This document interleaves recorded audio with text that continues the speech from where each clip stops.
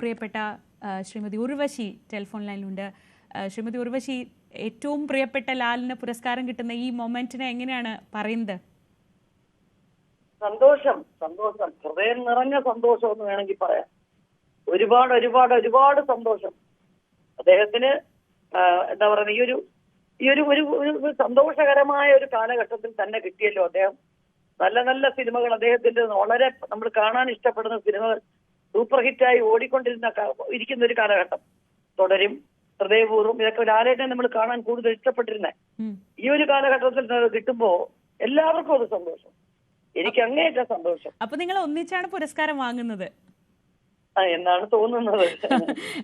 എന്തായാലും ദേശീയ പുരസ്കാര വിതരണ വേദിയിൽ തന്നെയാണ് ഫാൽക്കെ പുരസ്കാരവും നൽകാറുള്ളത്. അപ്പൊ അങ്ങനെയാണെങ്കിൽ അത് ഞങ്ങൾ മലയാളികളെ സംബന്ധിച്ച് ഏറ്റവും സന്തോഷകരമായ മൊമെന്റ് ആയി മാറും.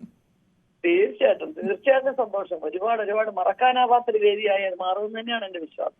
ഒരുപാട് മൊമെന്റ്സ് ഉണ്ടാവും ഓർത്തെടുക്കുക. ഇപ്പോൾ ഒരു അഭിനേതാവിന് മലയാളത്തിൽ നിന്ന് ഇങ്ങനെ ഒരു പുരസ്കാരം ആദ്യമായിട്ടാണ് കിട്ടുന്നത്. അപ്പോൾ ബാക്കിയുള്ളവരെ പോലെയല്ല, താങ്കളെ സംബന്ധിച്ച് അത് ഏറ്റവും അടുത്ത് ആ മൊമെന്റ്സ് ഒക്കെ അറിയാവുന്ന ഒരാൾ കൂടിയാണ്. എത്രയെത്ര ക്യാരക്ടേഴ്സ് നിങ്ങൾ ഒരുമിച്ച് ഏറ്റവും മനോഹരമാക്കി ഇന്നിങ്ങനെ മനസ്സിലൂടെ ഫ്ലാഷ് ആയി പോവുകയാണ്.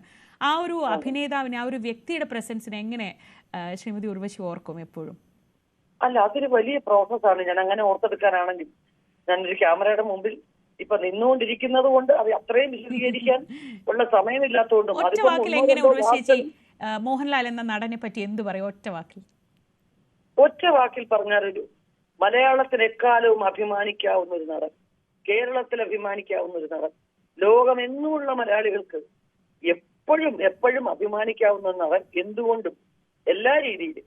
അപ്പൊ ഓഡിയൻസിനും അദ്ദേഹത്തിനോട് വളരെ പേഴ്സണൽ ആയിട്ടുള്ള സ്നേഹവും കൂടെ ഉണ്ട്. അത് തന്നെയാണ് സിനിമയിൽ സഹകരിക്കുന്ന ഞങ്ങൾക്കും തോന്നിയിട്ടുള്ളത്.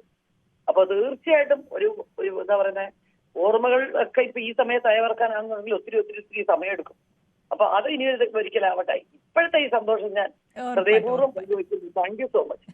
ഞങ്ങൾക്കും വളരെ വളരെ സന്തോഷം. താങ്ക് യു സോ മച്ച് ചേച്ചി. എന്തായാലും പെട്ടെന്ന് ഇങ്ങനെ മിഥുനത്തിലെയും ഭരതത്തിലെയും എത്രയെത്ര കഥാപാത്രങ്ങൾ നിങ്ങൾ ഒരുമിച്ച് നൽകുന്ന എത്രയെത്ര മൊമെന്റ്സ് ഇങ്ങനെ മനസ്സിൽ കൂടെ പോയി എന്നറിയില്ല. എന്തായാലും ഏറ്റവും സന്തോഷകരമായ മൊമെന്റ്.